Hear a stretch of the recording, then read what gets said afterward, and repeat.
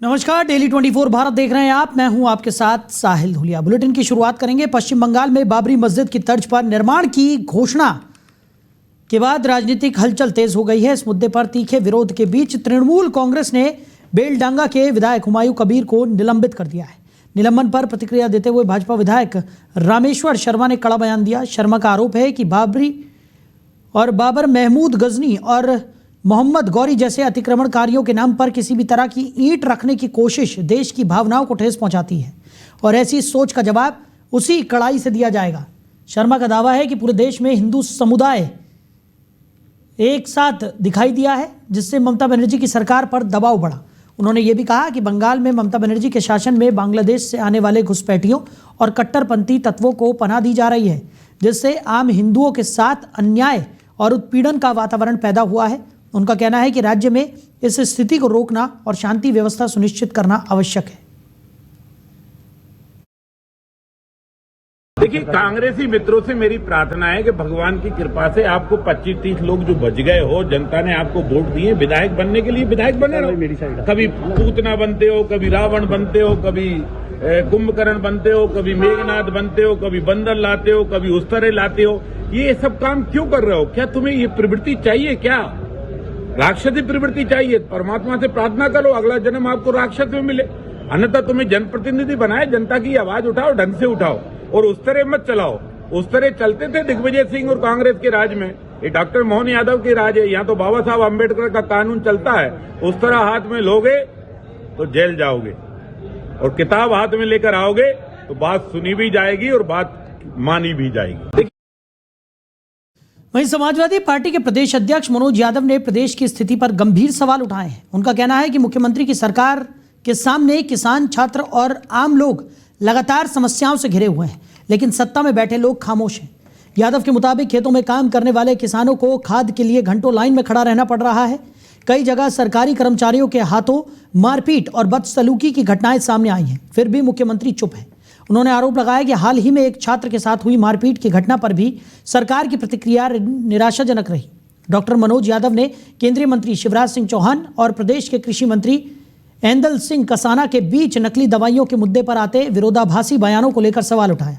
उनका कहना है कि शिवराज सिंह चौहान नकली दवाइयों की बात स्वीकार करते हैं, जबकि ऐंदल सिंह कसाना इस समस्या को नकार देते हैं। यादव का आरोप है कि दोनों मंत्रियों के विरोधी बयान इस बात का संकेत है कि सरकार स्थिति छिपा रही है और जनता को सच्चाई से दूर रखा जा रहा है। कानून व्यवस्था पर भी डॉक्टर मनोज यादव ने चिंता जताई।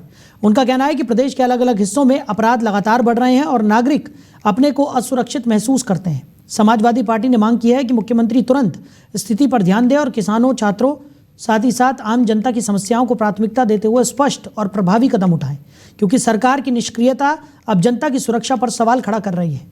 मुझे लगता है कि भारतीय जनता पार्टी ही होश में नहीं है, वो बेहोशी की हालत में है। कि ये हमारे मध्य प्रदेश के लिए दुर्भाग्य की बात है, जहां पे मध्य प्रदेश से केंद्रीय कृषि मंत्री जो अपने को जनता का मामू कहते हैं, वो जनता को मामा है या मामू बना रहे हैं जनता को, वो आते हैं उसके बाद में मध्य प्रदेश में कालाबाजारी खाद की हो रही है। एक छात्रा को अपनी पढ़ाई छोड़ के इतने दिन से अगर वो खाद की लाइन में लगी और वहां पे प्रशासन की अधिकारी एक जो नीतू सिंघई, वो भी एक महिला है, और महिला को किस तरीके से थप्पड़ मारती है, बहुत ही निंदनीय घटना है। वहीं बालको क्षेत्र में प्रस्तावित G9 भवन निर्माण को लेकर उत्पन्न विवाद लगातार गहराता जा रहा है। स्थानीय नागरिक पहले ही इस परियोजना पर आपत्ति जता चुके हैं और अब पूर्व मंत्री जयसिंह अग्रवाल ने औपचारिक शिकायत कर प्रशासन का ध्यान फिर से आकर्षित कर लिया है। शिकायत के आधार पर वन विभाग के कार्यालय ने कंपनी और संबंधित संस्थानों को पत्र भेजते हुए स्पष्ट लिखा है कि जब तक जांच पूरी नहीं हो जाती तब तक निर्माण गतिविधियां रोक दी जाएं। निर्देश जारी होने के बावजूद निर्माण स्थल पर काम बंद नहीं हुआ। इस बीच वन विभाग की टीम अचानक मौके पर पहुंची और पाया कि पेड़ों की नंबरिंग मिटाई गई है। टीम ने इस पर नाराजगी जताई और तुरंत पेड़ों को फिर से चिन्हित कराया, क्योंकि परियोजना के लिए 170 से ज्यादा पेड़ सूची में दर्ज हैं। बड़ी संख्या में पेड़ हटाए जाने की आशंका ने पर्यावरण सुरक्षा को लेकर स्थानीय आबादी को चिंतित कर दिया है। क्षेत्र में पहले भी इस मुद्दे पर विरोध हुआ था और कुछ समय के लिए निर्माण रुक गया था। इसके बाद आयोजन हुआ और भूमि पूजन किया गया, जिसमें मंत्री लखनलाल देवांगन तथा महापौर की उपस्थिति रही। अब फिर से जांच लंबित रहने के बावजूद मशीनें साइट पर सक्रिय हैं, जिससे सवाल खड़े हो रहे हैं। युवा कांग्रेस के जिला अध्यक्ष राकेश पंकज ने बताया कि स्पष्ट निर्देश होने के बाद भी निर्माण जारी रहना कानून और प्रशासनिक प्रक्रिया के विपरीत है। उनका कहना है कि अगर मशीनें नहीं हटाई गई और गतिविधियां नहीं रुकी तो विरोध आंदोलन तेज किया जाएगा। स्थिति अब दोबारा तनावपूर्ण होती दिखाई दे रही है क्योंकि सरकारी आदेशों की अनदेखी ने क्षेत्र में अविश्वास और असंतोष को बढ़ा दिया है। आप देख रहे हैं मेरे पीछे कंस्ट्रक्शन का काम चल रहा है और अभी कुछ दिनों पूर्व यहाँ के जो उद्योग मंत्री हैं लखनलाल देवांगन जी, इसका अभी 2-3 साल पहले इसका भूमि पूजन हो चुका था पहली बार बालकों द्वारा ये कंस्ट्रक्शन का काम के लिए। फिर उसके बाद बहुत सारी रुकावटें आई, अवरोध हुआ क्योंकि ये नियम के उल्लंघन ये काम चल रहा है पर्यावरण और बहुत सारे विभागों में ज़मीन का मसला है, बहुत सारी चीज़ों की वजह से। फिर उसके बाद दूसरी बार अभी लगभग 1 हफ्ते 1.5 हफ्ते पहले यहाँ का जो उद्योग मंत्री वो दूसरी बार बालको उनको मुख्य अतिथि बनाया और उद्योग मंत्री अभी वर्तमान में लखनलाल देवांगन जी कोरबा के विधायक है और कोरबा की जो नगर पालिका निगम की महापौर है वो दोनों दूसरी बार इसी जमीन का भूमि पूजन करने आए हैं। और जबकि ये प्रोजेक्ट को रुक चुका था, बहुत लोग यहाँ पे जनप्रतिनिधि ने इसको विरोध किया था। वहीं दमोह जिले के जबेरा नगर के आनंद धाम पूरन याऊ में 25 नवंबर से 3 दिसंबर तक श्री सत चंडी महायज्ञ और श्रीमद् भगवत कथा का भव्य आयोजन हुआ। इस पूरे कार्यक्रम की अगुवाई दंडी स्वामी कलिकानंद महाराज, महामंडलेश्वर स्वामी राधा चैतन्य जी महाराज और कथावाचक पीठाधीश्वर स्वामी नर्मदानंद सरस्वती जी महाराज ने मिलकर की। यज्ञ के दौरान आनंद धाम परिसर में बड़ा मेला लगा जिसमें जबेरा के साथ साथ आसपास के जिलों से भी बड़ी संख्या में लोग पहुंचे। समापन दिवस पर यज्ञ की पूर्णाहुति, भगवती माता की महाआरती और विशाल भंडारे से वातावरण भक्तिमय हो गया। इस अवसर पर बीएमओ डॉक्टर डी.के. राय के मार्गदर्शन में रक्तदान शिविर का आयोजन भी हुआ। शिविर की शुरुआत स्वयं पीठाधीश्वर स्वामी नर्मदानंद सरस्वती जी महाराज ने रक्तदान कर की, जिसके बाद उनके अनुयायियों और शिष्यों ने एक के बाद एक रक्तदान किया। मध्य प्रदेश के अलावा राजस्थान, गुजरात और उत्तर प्रदेश से आए शिष्य भी इस अभियान से प्रेरित होकर शामिल हुए। स्वामी नर्मदानंद सरस्वती जी महाराज ने कहा कि किसी ज़रूरतमंद के लिए अपना रक्त समर्पित करना सबसे श्रेष्ठ सेवा है क्योंकि इससे किसी की जान बच सकती है और उसका जीवन सुरक्षित हो सकता है। इस शिविर में कुल 51 लोगों ने रक्तदान किया। इसके साथ नेत्र और स्वास्थ्य सेवाओं की सुविधा भी दी गई, जबकि ज़रूरत पड़ने पर जबलपुर में ऑपरेशन की व्यवस्था भी उपलब्ध कराई गई। आनंद धाम परिवार ने इस आयोजन के माध्यम से धर्म के साथ साथ मानव सेवा का भी सुंदर उदाहरण प्रस्तुत किया। 25 नवंबर से 3 दिसंबर तक ये कार्यक्रम सुनिश्चित हुआ था, जो आज यज्ञ की पूर्णाहुति हो चुकी है और विशाल भंडारा जन समूह के माध्यम से हो रहा है। सभी लोग प्रसाद पा करके आनंदित हो रहे हैं। भगवती की 11वीं वर्षगांठ हम सब मिलकर के मनाए। आनंद धाम में भगवती की वर्षगांठ मनाई जा रही है, सभी लोग प्रसादी पा रहे हैं और नाना भांति के कार्यक्रम भी रखे गए, जैसे सागर हॉस्पिटल से सभी को शिविर लगा, सभी ने अपना अपना इलाज जैसा था वैसा कराया। कुछ लोगों के ऑपरेशन भी हुए। आध्यात्मिक चेतना के अलावा स्वास्थ्य की जो स्वास्थ्य चेतना है वो भी की है। इस बीच में 2 दिन का हमारे स्वास्थ्य चेकअप का भी कैंप लगा था। इसके अलावा आई नेत्र का भी जो चेकअप था वो भी फ्री निःशुल्क किया गया था। श्री आनंद धाम परिवार की ओर से कई सुविधाएं और कई चेकअप यहाँ पे फ्री हुए हैं। कई लोगों को इसके माध्यम से फायदा हुआ है और कई लोगों ने यहाँ पे आके फ्री निःशुल्क उसका फायदा उठाया। आनंद धाम परिवार आप सभी का स्वागत, वंदन, अभिनंदन। वहीं भाजपा के पूर्व गृह मंत्री डॉक्टर नरोत्तम मिश्रा दतिया जिले स्थित प्राचीन रतनगढ़ माता मंदिर पहुंचे, जहां मंदिर परिसर में उन्हें पारंपरिक ढंग से स्वागत मिला। इस अवसर पर पुजारी राजेश कटारे और संत बालक दास महाराज से उनकी भेंट हुई। डॉक्टर मिश्रा ने दोनों संतों को डबरा में 11 से 20 फरवरी तक होने वाले नवग्रह पीठ मंदिर के प्राण प्रतिष्ठा कार्यक्रम में ससम्मान आमंत्रित किया और शॉल और साथ ही साथ श्रीफल अर्पित कर सम्मान जताया। मंदिर दर्शन के दौरान उन्होंने माता रतनगढ़ के समक्ष पूजा अर्चना की और आशीर्वाद प्राप्त किया। इस यात्रा के क्रम में डॉक्टर मिश्रा ने मंदिर में आयोजित 101 कन्या विवाह उत्सव में अपनी उपस्थिति दर्ज कराई। समारोह में धार्मिक माहौल और सामाजिक समरसता का अनूठा संगम देखने को मिला, जहां बड़ी संख्या में लोग एकत्रित हुए और नवविवाहित कन्याओं को आशीर्वाद देते हुए आनंद व्यक्त किया। वहीं दतिया के करण सागर क्षेत्र में स्थित पीएमएस छात्रावास में रह रहे लगभग 50 विद्यार्थियों ने मूलभूत सुविधाओं की कमी पर नाराजगी जताते हुए विरोध शुरू कर दिया है। छात्रों का कहना है कि लंबे समय से हॉस्टल में साफ सफाई की व्यवस्था बेहद खराब है, शौचालय गंदे रहते हैं, कमरे टूट फूट की स्थिति में हैं और पीने के पानी की पर्याप्त सुविधा भी उपलब्ध नहीं है। इसके साथ ही बिजली व्यवस्था भी भरोसेमंद नहीं है और परिसर में सुरक्षा की व्यवस्था ना के बराबर है, जिसके कारण रहने वाले युवाओं को हर दिन परेशानी का सामना करना पड़ रहा है। छात्रों ने बताया कि इस स्थिति की शिकायत कई बार संबंधित जिम्मेदारों को दी गई, लेकिन आज तक कोई ठोस कदम नहीं उठाया गया। लगातार उपेक्षा और अव्यवस्था से परेशान होकर गुरुवार सुबह सभी विद्यार्थियों ने एकजुट होकर धरना प्रारंभ किया। विरोध करने वालों का कहना है कि जब तक समस्याओं का समाधान नहीं किया जाता उनका आंदोलन जारी रहेगा और जरूरत पड़ी तो इसे बड़े स्तर पर ले जाया जाएगा। इधर कुछ अधिकारियों ने छात्रों से बात करते हुए आश्वासन दिया कि जल्द ही स्थितियों का निरीक्षण किया जाएगा और सुधार किए जाएंगे।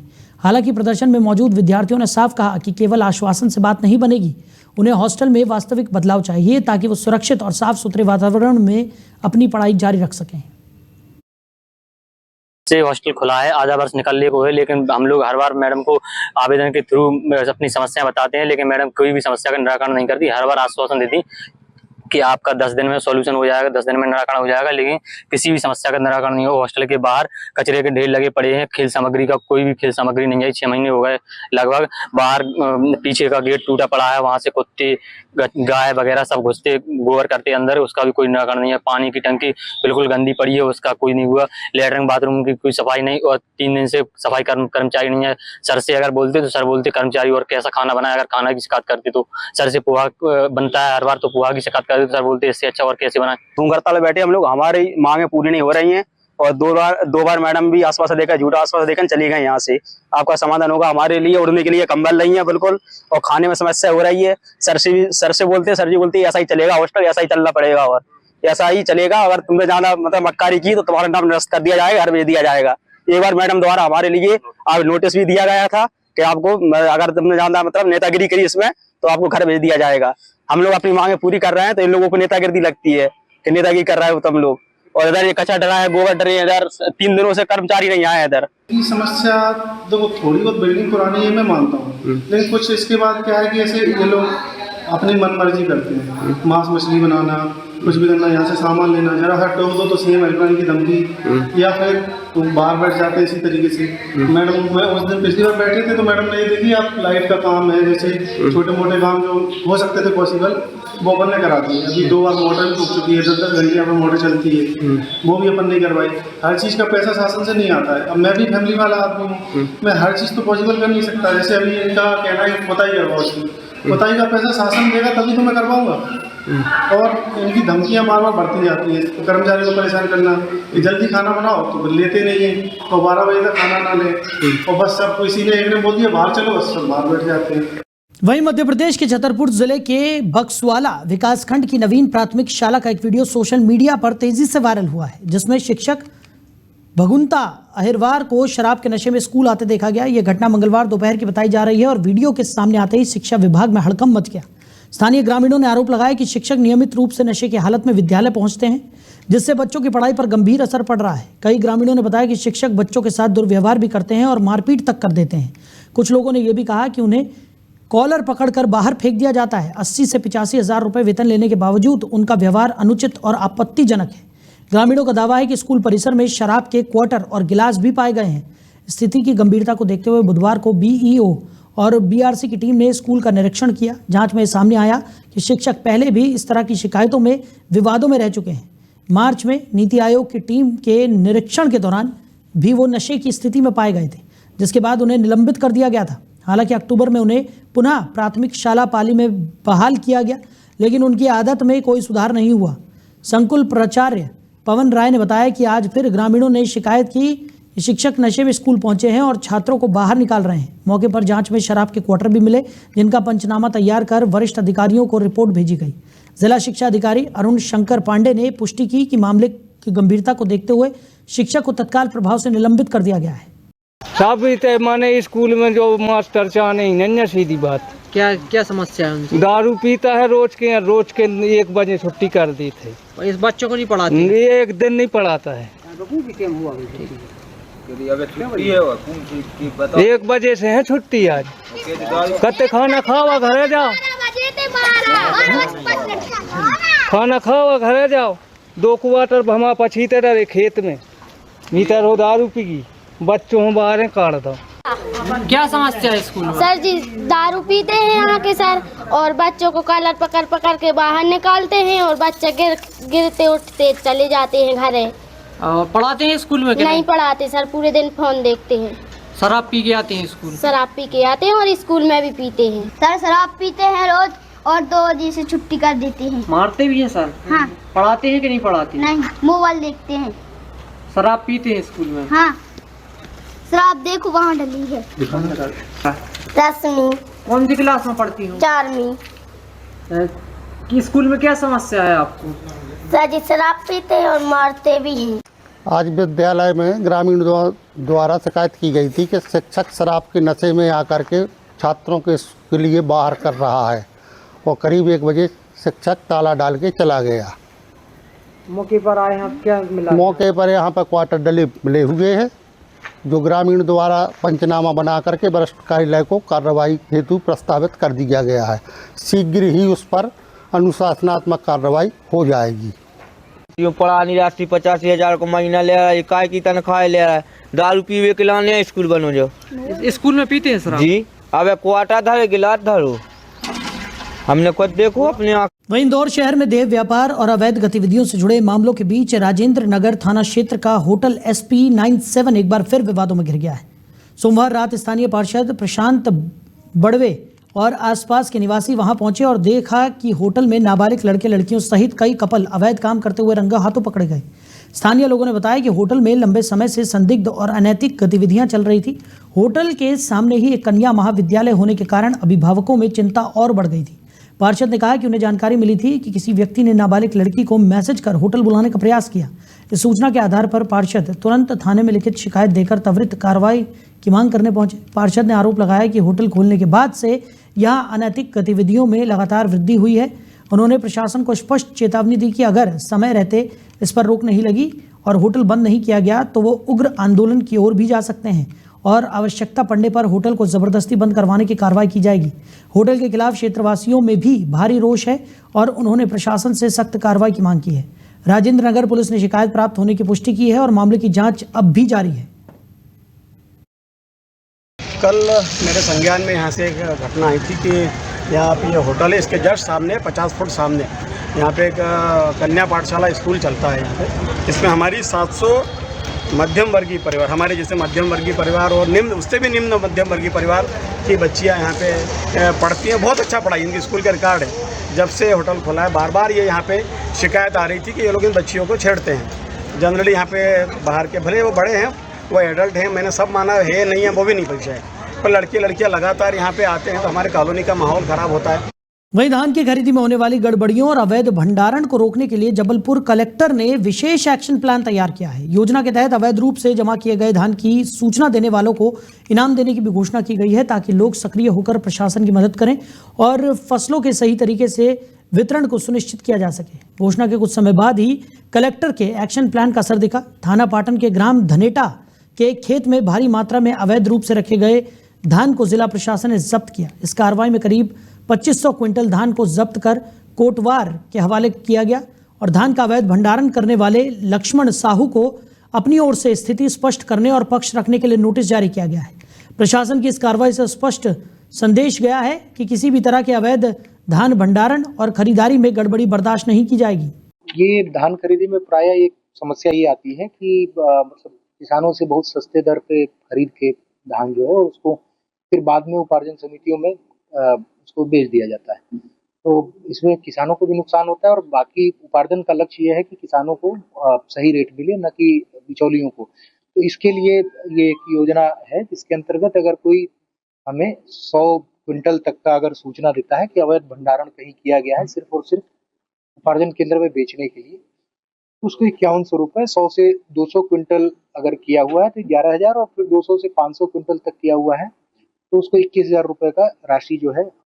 जबलपुर मध्य प्रदेश में SIR प्रक्रिया जारी है और इस दौरान जिले में 1200 ऐसे संदिग्ध व्यक्ति पाए गए हैं जिनकी पहचान और जांच को लेकर चिंता जताई जा रही है।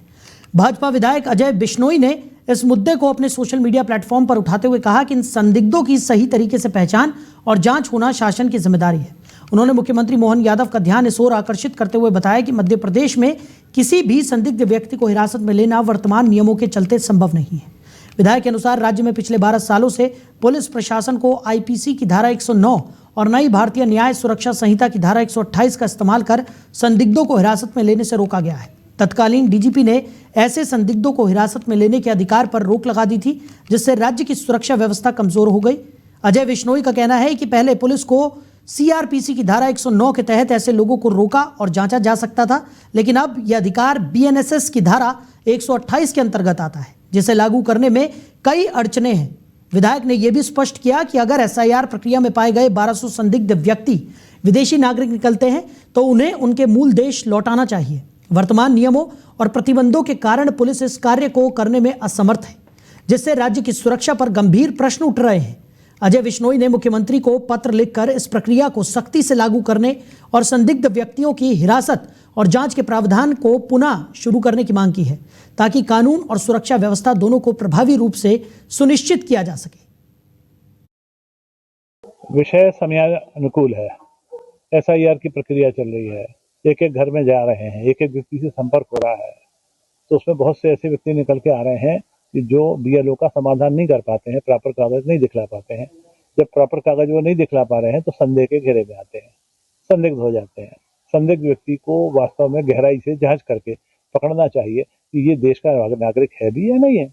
यदि देश का नागरिक नहीं है तो उसको बाहर भगाना चाहिए। जबलपुर में एसआईआर के तहत मतदाताओं की गणना पत्रकों का डिजिटाइजेशन तेजी से चल रहा है और गुरुवार शाम तक जिले में 93.56% प्रपत्र डिजिटाइज हो चुके हैं, जिसमें एएसडीआर और ऑनलाइन फॉर्म वाले मतदाता भी शामिल हैं। पाटन और बरगी में 100% प्रपत्र डिजिटल हो चुके हैं। सिहोरा में 99.82% और पनागर में 98.75% प्रपत्र अपडेट किए गए हैं। शहरी क्षेत्रों में जबलपुर उत्तर 90.19%, पश्चिम 87.26%, पूर्व 85.65% और कैंट 83.77% प्रपत्र डिजिटाइज हो चुके हैं, जिनमें से कुल 19,25,472 मतदाता पंजीकृत हैं, जिनमें से 17,81,449 प्रपत्र डिजिटल किए जा चुके हैं। इनमें से 2,10,506 एएसडीआर मतदाता शामिल हैं, जबकि 1,34,614 नो मैपिंग मतदाता के पते और बूथ मिलान की प्रक्रिया में है। जिला निर्वाचन कार्यालय ने कहा है कि शेष प्रपत्रों का डिजिटाइजेशन भी तेजी से पूरा किया जा रहा है, ताकि आगामी मतदाता सूची पूरी तरह सटीक और व्यवस्थित जारी की जा सके। वहीं निवाड़ी जिले में प्रशासन ने अतिक्रमण हटाने की कार्रवाई को तेज कर दिया है और कलेक्टर के निर्देश पर बनगांव हार हाईवे मार्ग से सटी शासकीय बेस कीमती जमीन को अतिक्रमण से मुक्त कराया गया। बनगांव हार क्षेत्र में लगभग 5 एकड़ सरकारी जमीन पर अतिक्रमणकारियों ने पक्का निर्माण कर रखा था। अतिक्रमण हटाने के लिए जेसीबी मशीन का इस्तेमाल किया गया और अवैध निर्माण को तोड़कर भूमि को खाली कराया गया। इस कार्रवाई से लगभग 10 से 20 करोड़ रुपए मूल्य वाली सरकारी जमीन को अतिक्रमण से मुक्त किया गया है। इस कदम से न केवल सरकारी संपत्ति की रक्षा हुई, बल्कि ये संदेश भी गया कि किसी भी प्रकार के अतिक्रमण को बर्दाश्त नहीं किया जाएगा। आज ग्राम बनगांव के खसरा नंबर 1/1 और 12/1 के लगभग 5 एकड़ रकबे पर अतिक्रमणकारियों द्वारा पक्के मकान बनाकर अतिक्रमण कर लिया गया था, जिसमें श्रीमान कलेक्टर महोदय एवं एसपी महोदय के निर्देशन में और राजस्व एवं पुलिस के सहयोग से उक्त अतिक्रमण हटाया गया। इसकी कीमत लगभग 10 से 20 करोड़ रुपए है और आगे भी इसी प्रकार की कार्रवाई जारी रहेगी। आज तो फिलहाल इस बुलेटिन में मेरे साथ इतना ही। आप बने रहिए। नमस्कार।